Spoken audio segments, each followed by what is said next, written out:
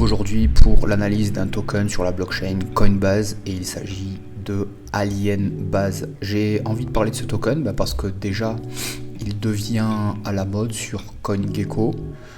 Il fait partie des meilleurs gagneurs actuellement. Quand on se rend sur la page d'accueil, on peut le voir aujourd'hui encore 34%. Ça fait une semaine maintenant qu'il enchaîne de plusieurs dizaines de pourcents à chaque jour et c'est vraiment intéressant. Alors je me suis intéressé de près à ce token comme beaucoup d'investisseurs à partir du moment où un gros youtubeur avec quasiment 1,9 million d'abonnés a sorti une vidéo sur les 5 altcoins pour faire un 10 fois sur le marché. Et évidemment, parmi le paquet d'altcoins qu'il a proposé, c'est le plus risqué et c'est la plus petite market cap qui a fait sensation et qui a séduit beaucoup d'investisseurs. Et je vais tenter de vous expliquer pourquoi et pourquoi j'ai choisi moi-même de m'y exposer. Et aussi de faire très attention comme ce youtubeur qui s'appelle Brian Jung qui s'y intéresse. Alors je mets l'extrait sans forcément le son, vous avez la liberté d'aller retrouver cette vidéo sur YouTube. Et pour ceux qui sont pas à l'aise avec l'anglais, vous allez sur les sous-titres ici, vous faites traduction automatique français. Et vraiment aujourd'hui, à l'époque de l'intelligence artificielle, la traduction est vraiment bonne et certainement meilleure que le plus anglophone de vos amis, avec tout le respect que je peux avoir pour vos amis et votre famille évidemment. Alors Alienbase est un token de la blockchain Coinbase. C'est un DEX, c'est-à-dire que c'est un échange décentralisé qui présente plusieurs services. Premièrement, d'acheter des tokens type comme on peut le faire sur Uniswap, présenter des paires sur des pools de liquidité pour gagner les petites commissions qu'on peut avoir sur les frais de change que les gens peuvent faire, les échanges que peuvent faire sur les plateformes, donc ça s'appelle du farming. Et eux-mêmes s'engagent à redistribuer les commissions qu'ils gagnent aux fournisseurs de liquidités. Alors évidemment c'est pas comme il y a 4 ans où on avait des rendements absolument fous à plusieurs centaines de pourcents sur le moindre protocole qui sortait, parce que c'était à peine la démocratisation de la finance décentralisée pour les investisseurs. Mais aujourd'hui, trouver des rendements à 58%, 60% et 129%, c'est pas mal du tout. Alors après, il faut garder en tête que les gros rendements et les gros gains, ça va avec les gros risques. Ok ? Donc moi-même, je le dis, soyez vraiment prudents. Si jamais vous décidez d'entrer en tant qu'investisseur ou faire du farming, etc. Moi, à titre personnel, je n'ai pas choisi de faire du farming avec les tokens. Et ce service aussi, cette dApps, cette application décentralisée, propose de créer son propre token sans forcément avoir une grande expérience en codage, simplement avoir un petit peu d'Ethereum sur son portefeuille, avoir une idée, avoir le nom d'un token, etc., un logo, et pourquoi pas, si quelqu'un a une communauté, se sent les ailes de lancer une mode, générer un token, par exemple le Sinacoin, pourquoi pas, ou le Circumcoin, et hop, ça se lance. Donc c'est ce qu'on appelle un launchpad, et il voudrait devenir incontournable sur la blockchain Coinbase. Donc la blockchain Coinbase, je rappelle, c'est une des couches 2 de Ethereum, financée principalement par Coinbase, la deuxième plateforme de crypto-monnaie au monde après Binance. On voit son action aujourd'hui à $182 avec des plus hauts qui avaient flirté avec les $300, qui s'est bien remis depuis la période basse. En 2022, je crois qu'il était descendu vers les $100 de mémoire. Donc c'est un actif. Coinbase a son actif coté dans la bourse traditionnelle et est présent à travers ses activités sur la blockchain, mais n'a pas de token à lui. Et justement, le layer 2 de Coinbase trouve son succès dans le sens où beaucoup d'investisseurs spéculent sur le fait qu'il va y avoir un token base qui va être offert à tous ceux qui ont des activités sur la blockchain, d'achat, vente, de fournir des liquidités, etc. C'est pas sûr que cela arrive pour les différentes menaces que la SEC a pu faire sur l'écosystème crypto depuis 4 ans, mais ça pourrait changer si, notamment avec les élections présidentielles, si jamais on a cadre de régulation beaucoup plus amical et confortable pour les entreprises blockchain aux États-Unis, on pourrait imaginer que ça arrive, pourquoi pas, courant 2025. Donc, ce qui fait qu'on a beaucoup de flux sur la chaîne de Coinbase, et aussi les investisseurs se rappellent de ce qui s'est passé il y a 4 ans quand Binance, avec son token BNB, a lancé la BNB Smart Chain, la Binance Smart Chain, et avait connu un succès fou, puisque le BNB valait à ce moment-là entre 7 et 14 dollars pendant plusieurs mois, et montait comme ça, avait connu un plus haut, je crois, à 600 dollars. À un moment donné, ça valait un quart d'Ethereum, c'est-à-dire qu'ils étaient seulement à 4 fois, à 1500. L'Ethereum était à 2000 dollars, quelque chose comme ça, et le BNB était à 500 dollars, et donc il leur manquait 3 marges de plus pour rejoindre l'Ethereum. Et donc on se dit que si il y a un airdrop de base, ça pourrait être très bénéfique et très profitable pour tous ceux qui ont des petites activités sur la blockchain Coinbase. Et de deux, c'est un token, si jamais il est offert, qui pourrait en plus de ça monter, et pas qu'un peu. Alors les gens se sont dit, ok, qu'est-ce qui pourrait être l'équivalent du PancakeSwap sur la chaîne, le layer 2 sur cette blockchain de Coinbase. Alors les gens se sont tournés vers Aerodrome Finance, et regardez, il faut être habitué à regarder la valorisation d'un projet ou d'un token en market cap. Ça pèse aujourd'hui 700 millions. Et c'était monté lors de la première vague, 787 millions. On a connu un plus haut là récemment. 14 octobre 2024, on est monté quasiment à 1 milliard. Donc principalement, c'est Aerodrome Finance. Et donc aujourd'hui, depuis que cette vidéo est sortie, littéralement, depuis que cette vidéo est sortie, donc c'est à partir de la minute 37 où ça parle de Alien Base, le ALB, quasiment à la minute où ça a été publié sur YouTube, on a vu le prix du Alien Base pump de manière très forte. Il avait pris 60% en très peu de temps. Et il avait une market cap à quelque chose comme 2 millions. Et depuis donc une semaine, regardez la charte, c'est quand même impressionnant. Si on regarde en market cap, on était à 2 millions, on est monté rapidement à 8-9 millions, et aujourd'hui ça pèse 50 millions. Ok, donc vous vous rappelez, Aerodrome, on est à 800 millions, et là aujourd'hui on est à 50 millions sur Alien Base. Donc ça veut dire que si on rattrape ne serait-ce que la moitié de Aerodrome Finance, qui correspondra à 400 millions, on a encore quasiment l'espace de faire un x10 avec l'état du marché actuel des crypto-monnaies.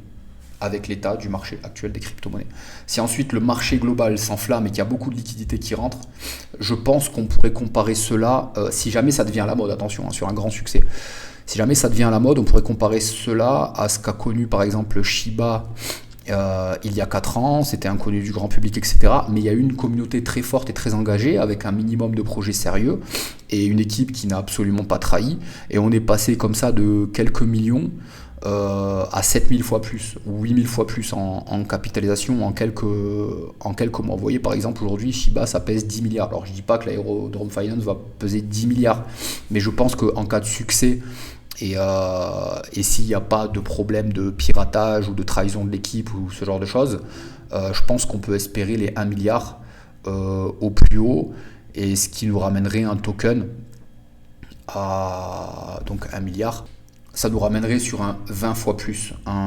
Donc 20 fois plus à partir du prix actuel, on serait au-dessus des 9 dollars. Alors ce que je propose, c'est qu'on aille analyser la charte, c'est-à-dire le graphique du ALB, pour voir quel prix en analyse de vague d'Elliott on pourrait espérer. C'est-à-dire qu'en regardant sur une analyse fondamentale, on se dit ok, ça pourrait monter à 9 dollars au plus haut, un peu plus de 9 dollars.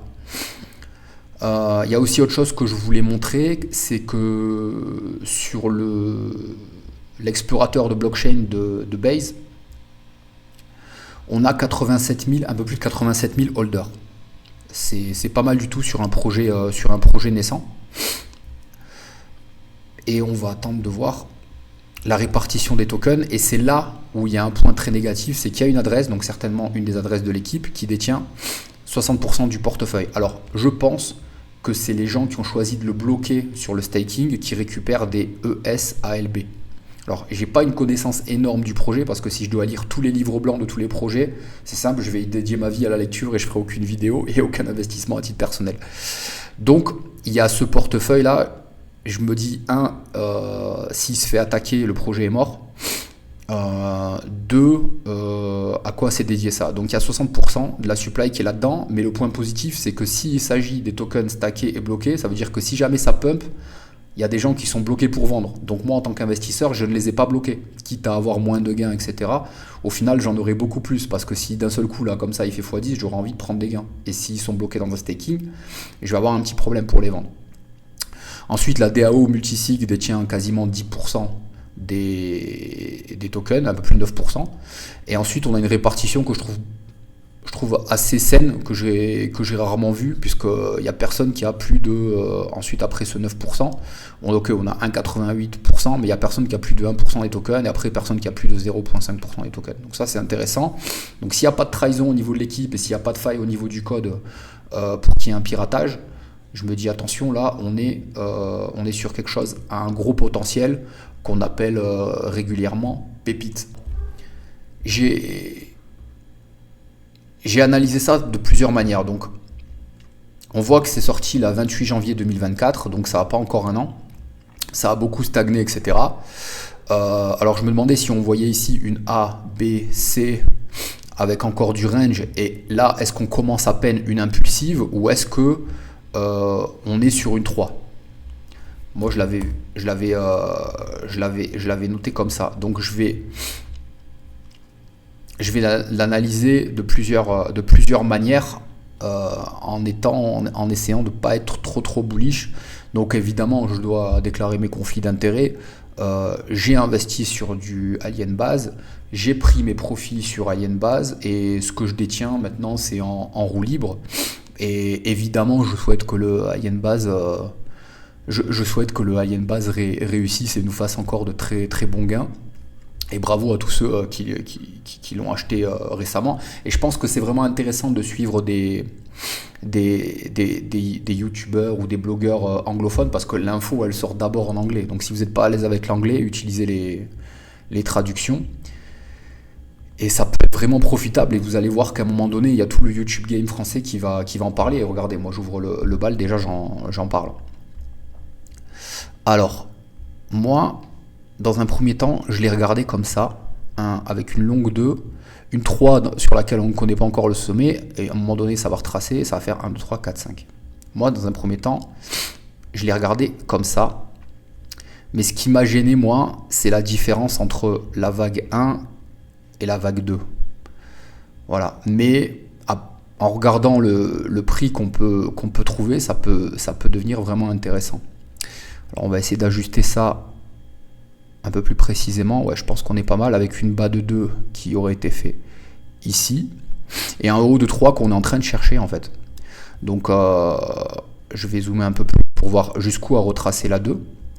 Alors c'était une 2 qui était assez sévère en termes de correction, puisque normalement on est entre 50 et 61,8, mais on est allé chercher un peu plus bas que 61,8, donc c'est cohérent au final. C'est cohérent. C'était une 2 qui était forte. Et puis là, avec la... Moi, je pense vraiment que c'est ce blogueur là, Brian Jung, qui a lancé ce token. Voilà, je pense vraiment que c'est lui, c'est ce youtubeur il y a une semaine, quand il a publié cette vidéo. Et en plus, il publie pas beaucoup de vidéos. Il publie une vidéo tous les 2 mois, 3 mois là dernièrement. Donc apparemment, c'était une vidéo qui était attendue. Je ne connaissais pas ce blogueur avant. Et littéralement, quand on regarde la charte, à l'horaire, quasiment à la minute où la vidéo était disponible, ça a pump. C'est incroyable. Et il n'y a pas encore particulièrement des investisseurs qui s'enflamment sur les réseaux, etc. Donc je pense que ça a encore de la marge pour aller plus haut en fait. Et quand on regarde je vais revenir sur la charte, quand on a cette charte avec cette mèche là les gens appellent ça une mèche divine, God Candle, on se dit que ça peut aller encore plus haut. Donc c'est ce qu'on va voir de suite. Avec les niveaux de Fibonacci, on va regarder ça d'une manière un peu plus scientifique. Alors on va sur le bas de 1, sommet de 1, bas de 2, et là vous voyez, là on est quasiment au plus haut en fait. Les objectifs d'une 3, 161,8, on les a pétés très fort, 261,8, Je vais voir si je peux mettre en logarithmique pour les projections. Pour les projections... Alors on a tout pété, 161,8, 261,8 et après c'est 423,6. Donc là on est au 361,8, 423,6, vous voyez c'est 54 centimes, on y est presque, hein, puisqu'on est là actuellement à 43,75. Donc on va dire qu'allez, éventuellement ça va aller au 423,6 parce que c'est parti pour y aller, ou ça pourrait très bien s'arrêter ici. Hein. Et quand on a une grande 2, vous le savez, on a une petite 4. Donc une 4 que j'estimerai entre 38,2 et 50. Mais sur cette analyse, je vais la mettre au 38,2 parce qu'il y a un engouement hyper positif sur ce token. Donc je ne vois pas un retracement plus profond que 38,2. Éventuellement 23,6, mais là ça serait un petit peu trop bullish. Moi j'irais plutôt privilégier les 38,2. Donc attention en tant qu'investisseur, hein, je ne suis pas du tout en train de faire du trading. Et d'ailleurs, il est disponible que sur les plateformes, comme vous pouvez voir sur CoinGecko, qui est la référence en termes d'information sur les crypto-monnaies. C'est disponible principalement sur Alienbase et sur Uniswap, Blockchain Base et Aerodrome. Mais c'est pas sur une plateforme centralisée encore. Je vais regarder, ou au pire sur une plateforme pas trop connue, voilà, ça on connaît pas, et d'ailleurs il n'y a pas la confiance de CoinGecko, mais je pense qu'à partir du moment où il va y avoir un listing, ça peut encore monter beaucoup plus haut, enfin ça peut être vraiment du n'importe quoi, de la folie en fait, parce que c'est pas n'importe quoi en plus, dans la mesure où ça me favorise moi et ça vous favorise vous. Donc je pense qu'on pourrait espérer un retour à 32 centimes. Et éventuellement, moi, je remiserai peut-être quelques billes. Parce que quand on a quelque chose comme ça, avec un momentum tellement fort, je vous le dis, s'il n'y a pas de trahison au niveau de l'équipe, et je pense que l'équipe a beaucoup plus à gagner à être fidèle à ses investisseurs que de trahir. S'il n'y a pas de piratage, ça peut faire, je pense que ça peut faire quelque chose comme Shiba ou comme des choses qu'on a vues à la mode. Enfin, ça peut être vraiment... En plus, le nom qu'ils ont choisi, c'est vraiment intelligent. Alienbase, je pense qu'il y a beaucoup de mèmes intéressants à faire. Et on connaît la puissance du marketing avec les mèmes et qui nous font bien marrer, etc., etc. Et ensuite, on va regarder les objectifs d'une 5. Alors, elle risque d'être un peu longue cette vidéo, mais j'espère qu'elle intéresse et je fais vraiment ça pour la science. Hop, alors laissez un like, mettez je m'abonne pour voir plus de vidéos et me donner envie d'aller plus loin en fait dans mes analyses, de donner du bon contenu. Et les objectifs d'une 5, donc là on a vu qu'on pourrait aller éventuellement au 423,6 sur le top de 3. Le 3 en général c'est la plus grande des vagues d'une impulsive en 5 vagues. Donc moi j'irai chercher une 3 éventuellement au 161,8 ou au 261,8. Donc à 1,59$, ce qui serait déjà énorme pour ceux qui sont rentrés à moins de 10 centimes ou même ceux qui sont rentrés à 5 centimes. C'est absolument fou. Donc je pense qu'une 5 elle serait cohérente au niveau des 261,8, mais allez, j'ai envie quand même d'aller chercher moi les 1,11 pour pas trop m'enflammer sur cette impulsive. Et au vu du développement des vagues, alors attention, moi je maîtrise pas les données temps, mais au vu du développement des vagues, moi j'ai envie de penser que ça va pas retracer à 90%, que ça fait que cette impulsive, elle fait pas partie d'une ABC. Alors moi alors un 11 on a dit, hein. Moi je pense que je le verrai plutôt comme ça. Un 11, je vais reprendre mon Fibonacci. Un 11, voilà. Éventuellement, selon le timing où on va arriver à 1,11, on va privilégier, une ABC, ou alors si on arrive très tôt aux objectifs de 1,11, alors là ça veut dire que on n'est que sur une sous-impulsive d'une grande impulsive. Et alors là, à ce moment-là, ça serait hyper bullish et on va le regarder ensemble. Alors évidemment, quand on arrive à 1,11, je pense que là, si vous n'avez pas pris profit, il faut en prendre en tant qu'investisseur, hein. Même si moi je suis pas trader. Mais éventuellement, ça serait seulement une 1. Là, avec un retracement de 2, 3, 4 et 5. Alors une retracement de 2 qui se fera en 3 vagues, hein, ABC ou W, X, Y. Alors on va le mettre en jaune pour que ce soit plus lisible. Peut-être un petit peu plus épais aussi, pour que ce soit plus fort.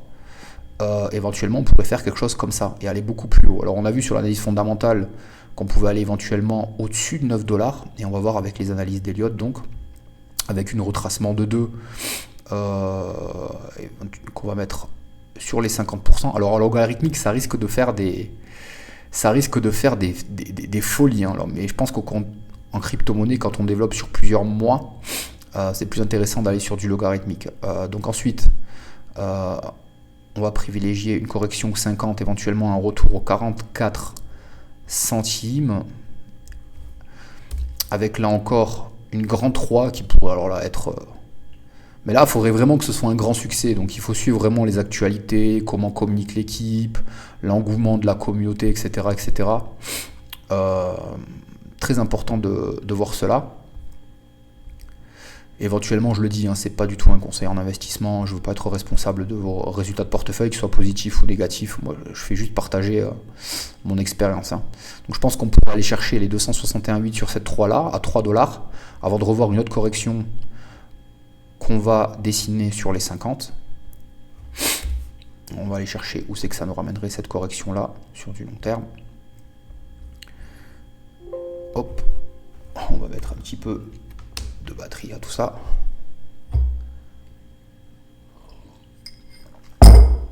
Alors une correction sur les 50. Hop, oula.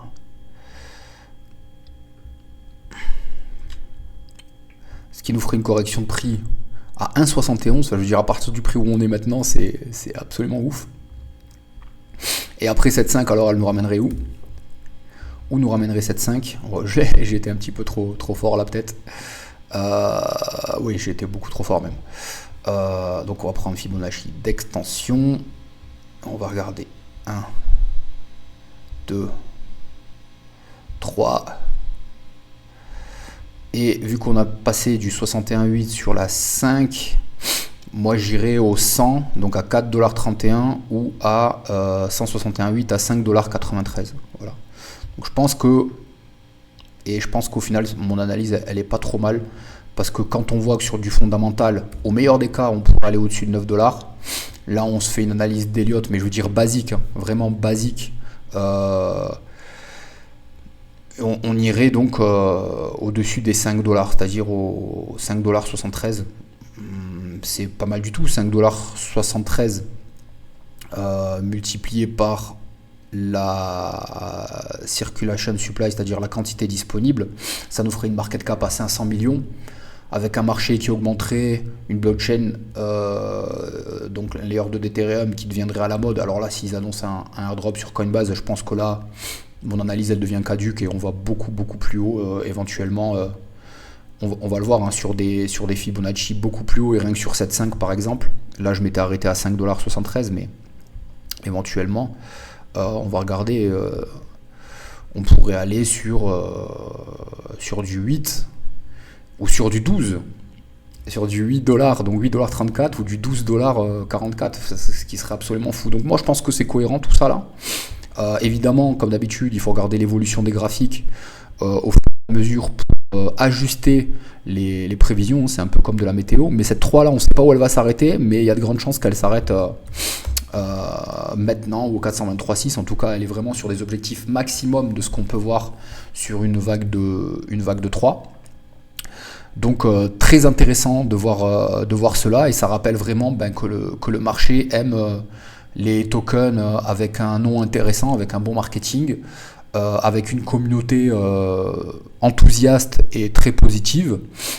Des fois, peu importe la tokenomics, mais là on a vu ensemble que la tokenomics, il y a du bon et il y a du bon et du moins bon. Là, si on revient sur l'analyse de Coinbase, voilà, il y a ce portefeuille avec 60%.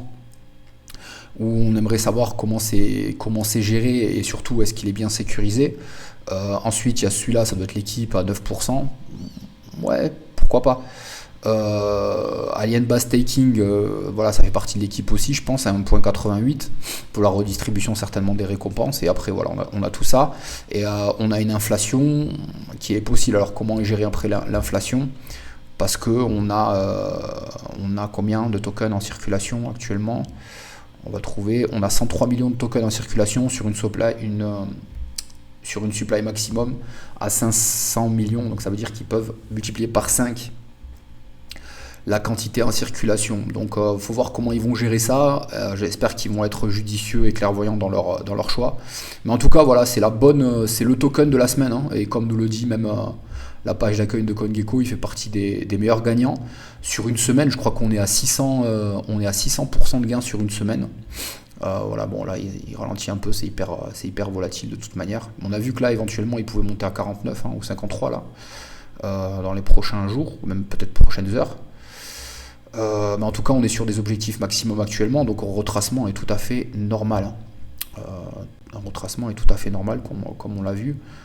Éventuellement après ça pourrait retracer à 32 centimes. Donc si ça retrace à 32 centimes, ça serait peut-être un bon point d'entrée pour des gens qui voudraient s'y exposer là maintenant. Mais s'y exposer là tout de suite, faut être prêt à avoir, faut être prêt à avoir une perte immédiate de 44%. Ouais, c'est énorme, c'est énorme. Mais bon, parfois 10 dollars, selon vos moyens, vos revenus, ça mange pas de pain. Voilà. J'ai fait le tour. J'ai montré toutes les informations qui me paraissaient pertinentes sur ce token. Après, évidemment, à chacun de faire ses recherches complémentaires. Moi, j'aimerais bien avoir un retour en commentaire ou sur les différents canaux de la circon.com, à savoir Telegram et Discord, sur ce que vous en pensez, si vous êtes d'accord avec moi. Ou non, hein. Moi je suis super ouvert. En tout cas, je vous souhaite de bons succès avec vos investissements et je vous dis à bientôt.